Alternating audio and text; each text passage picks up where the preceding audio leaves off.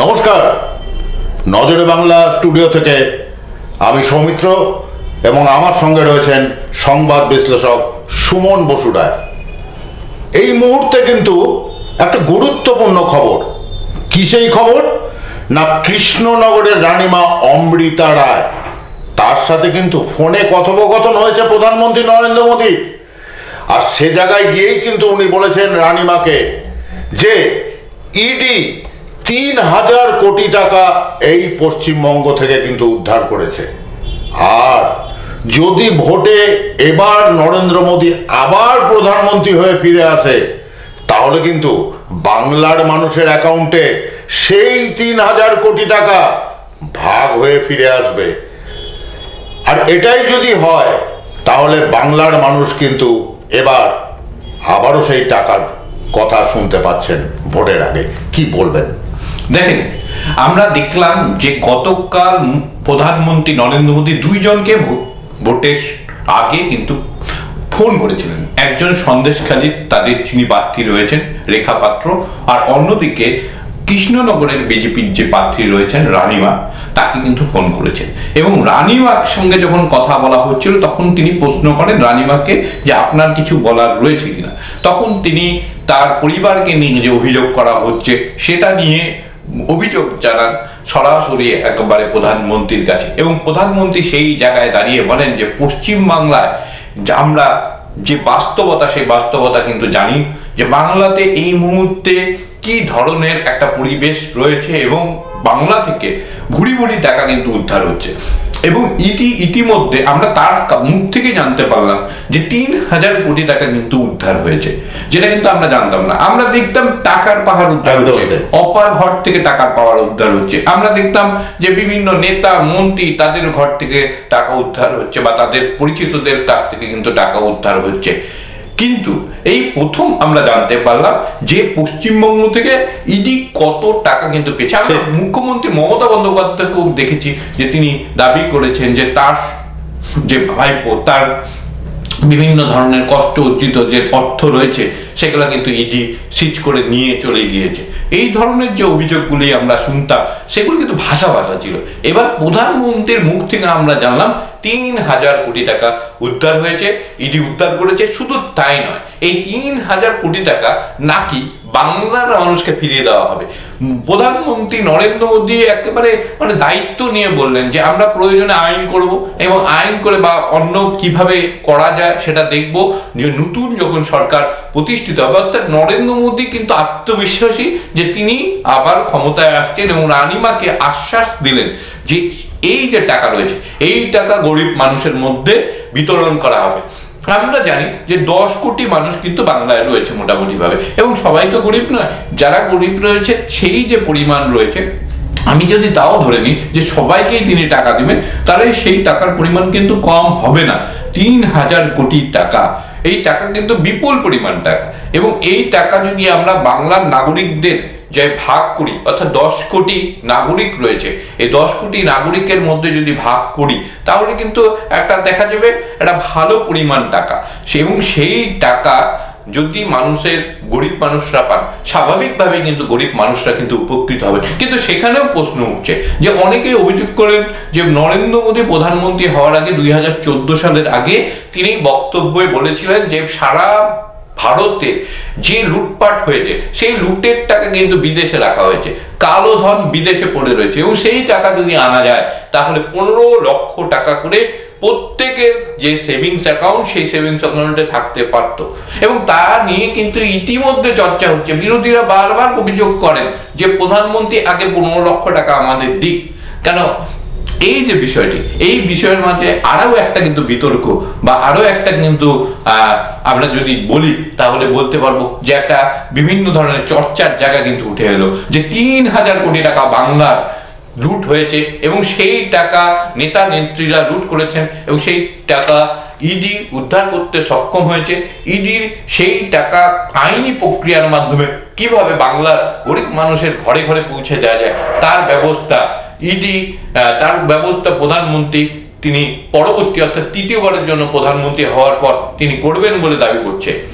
এই বিষয়টি কিন্তু অত্যন্ত গুরুত্বপূর্ণ এবং চর্চার বিষয় হয়ে উঠলো। কি বলেন, আপনিও কি বলেন? একদমই ঠিক কথা। কারণ এই যে এত টাকা, 3,000 কোটি টাকা, যেটা নাকি বাংলা থেকে ইডি উদ্ধার করেছে, সেই টাকা রানিমার সাথে কথোপকথনের সময় কিন্তু প্রধানমন্ত্রী নরেন্দ্র মোদী যেটা বলেছেন সেটা হচ্ছে বাংলার টাকা বাংলার মানুষের মধ্যে ফেরত দেওয়া হবে।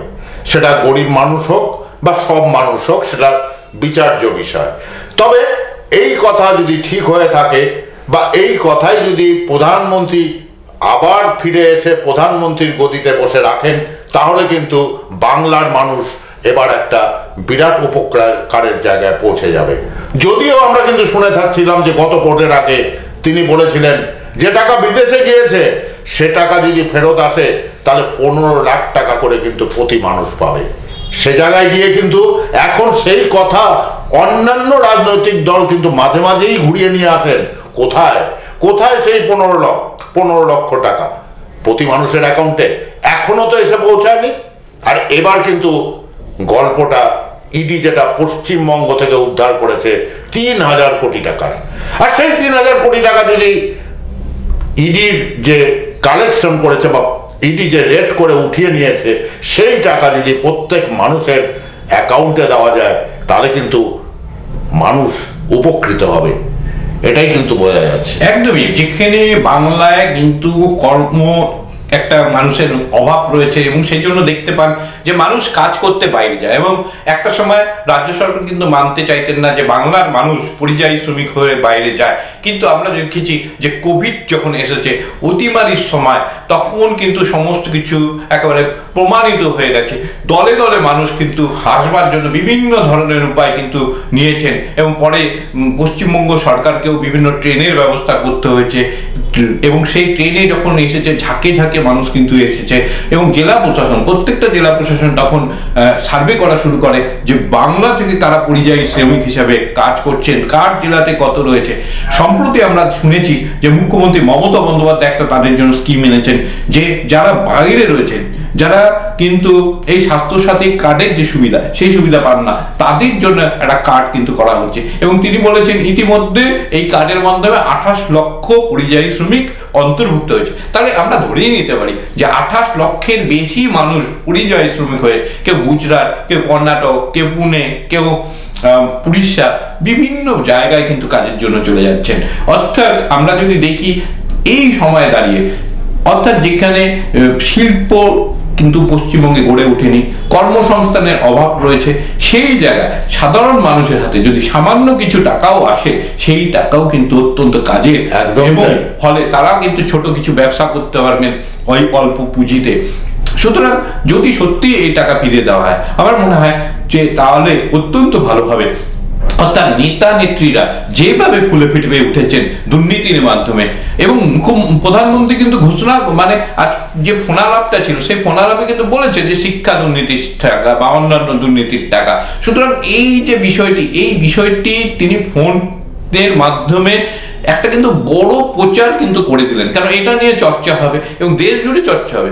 বাংলার যে সম্মান, সেই সম্মান কিন্তু অনেকটাই কিন্তু আমাদের কিন্তু কমে যাচ্ছে, যে বিভিন্ন জায়গা থেকে যেভাবে টাকার পাহাড় উদ্ধার হচ্ছে এবং যেভাবে নেতা নেত্রী মন্ত্রীরা জড়িয়ে পড়ছেন, তাদেরকে জেলে কাটাতে হচ্ছে, এবং একাধিক দিন তাদের কিন্তু বা একাধিক বছর তারা কিন্তু জেলের ভিতরে রয়েছেন। আমরা জানি পার্থ চট্টোপাধ্যায় অনেক দিন ধরে জেলের মধ্যে, বড় নেতা আমাদের কেষ্ট অর্থাৎ অনুব্রত মণ্ডল, তিনিও কিন্তু বহুদিন ধরে জেলের মধ্যে রয়েছে, এবং আমরা যদি দেখি জ্যোতিপ্রিয় মল্লিক, তিনিও জেলের মধ্যে রয়েছেন, কয়েক মাস হয়ে গিয়েছে, এবং বহু আধিকারিক যারা আমলা রয়েছেন, এবং সর্বোচ্চ একদম শিক্ষা দপ্তরে আমরা যদি দেখি শিক্ষা দুর্নীতির সঙ্গে এমনভাবে ওতপ্রোতভাবে জড়িয়ে গেছেন বলে অভিযোগ, এবং তার তথ্য প্রমাণ দিচ্ছে জন্যই তো আদালত তাদেরকে জামিন দিচ্ছে না। বারবার জামিন চাওয়া সত্ত্বেও সাধারণ মানুষের মধ্যে কিন্তু একটা ধারণা তৈরি হয়ে গেছে যে নেতা নেত্রীরা যেভাবে কিন্তু মানুষকে শোষণ করছে, মানুষের যে অধিকার সেই অধিকারকে খর্ব করে নিজেরা ফুলে ফেপে উঠছে। আজকে আমরা যদি দেখি এই ফোনের মাধ্যমে, এই ফোনালাপের মাধ্যমে কিন্তু আরো একটি বার্তা পৌঁছে গেল যে সেই পরিমাণ, যে উদ্ধার হওয়া টাকার পরিমাণ, সেই টাকার পরিমাণ কিন্তু সামান্য কয়েকশো কোটি টাকা কিন্তু নয়, এটা 3,000 কোটি টাকা ইতিমধ্যে উদ্ধার হয়েছে। এবং আগামী দিনে আরো যারা যুক্ত রয়েছেন তারা যদি ধরা পড়ে সেই পরিমাণ কোথায় যাবে সেটাই কিন্তু ভাবা যায় না। এবং বিপুল পরিমাণ অর্থ কিন্তু গরিব মানুষের অ্যাকাউন্টে আসতে পারে যদি সত্যি সত্যি প্রধানমন্ত্রী তার যে দাবি, তার যে আশ্বাস, সেটা যদি রক্ষা করতে পারে, তাহলে কিন্তু সাধারণ মানুষ, বাংলার মানুষ একদিকে উপকৃত হবে, দুই দিকে আমরা যদি দেখি অন্যদিকে, তাহলে কিন্তু দেখা যাবে যে সাধারণ মানুষ তাদের যে অধিকার কিছুটা খর্ব করা হয়েছিল সেই অধিকার তারা কিন্তু কিছুটা ফিরে পাবে। কারণ তাদেরকে বঞ্চিত করে তো টাকাটা নিজেদের খাটের তলে বা আলমারিতে বা আমরা যদি দেখি যাই যে কোনো গাড়িতে বা কোনো জায়গায় লুকিয়ে রাখা ছিল। সুতরাং সেই টাকা তো সাধারণ মানুষের টাকা, আর এই টাকা যদি সত্যি বাংলায় আসে তাহলে বাংলার অর্থনীতি সাময়িক সময়ের জন্য, যে আমরা একটা খারাপ সময়ের মধ্যে যাচ্ছে, মানুষ ওই টাকা দিয়ে কেনাকাটা করবে, পুঁজি হবে, সেটা দিয়ে ব্যবসা বাণিজ্য করবে, ফলে বাংলার অর্থনীতিতেও কিন্তু কিছুটা প্রভাব পড়বে। বাংলার অর্থনীতি আমার মনে হয় কিছুটা সমৃদ্ধ হবে। আপনারা শুনলেন প্রধানমন্ত্রী নরেন্দ্র মোদী কিন্তু আজকে কৃষ্ণনগরের রানীমার সাথে যে ফোনালাপ করেছেন তাতে কিন্তু বলেছেন ইডি পশ্চিমবঙ্গের থেকে দুর্নীতির জন্য যে সব টাকা পেয়েছে সেটার পরিমাণ একটা দুটো টাকা নয়, 3,000 কোটি টাকা।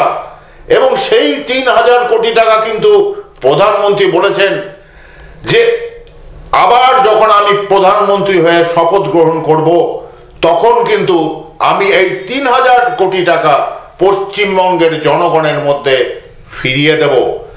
আর সেই 3,000 কোটি টাকার গল্প কিন্তু আজকে পর্যন্ত এখনো চলছে ইডি রেড নানান জায়গায়, কাজেই সেই টাকা কততে থাকবে সেটাও কিন্তু বলা মুশকিল।